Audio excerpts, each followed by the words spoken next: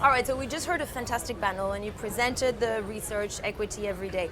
Tell us a little bit about it. Equity Every Day is a body of work exploring a concept called the knowledge action gap. So it's out to answer this question: if diversity is good for business, why aren't people buying? Because we've all seen the reports from big consulting companies and many brands talking about what you get, the business outcomes you get when you invest in diversity, equity, inclusion.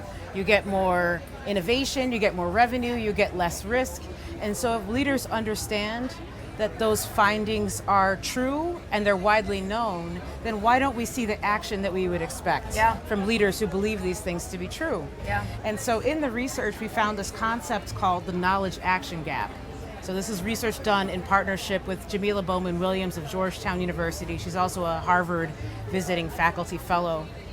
And in her research, she found that 80% of people in this study that said diversity, equity, inclusion was important, but then only 38% of those people took an action to actually promote a highly qualified Black job candidate. And we saw that play out again and again in the research.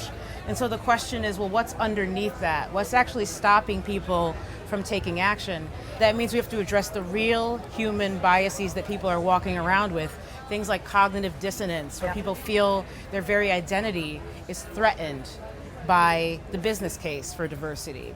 Persuasion knowledge, where people feel like they're being sold diversity. What we've found is we have to move away from the transactional business case, which actually exacerbates these biases, to telling a more transformational case. And this is where marketers step in.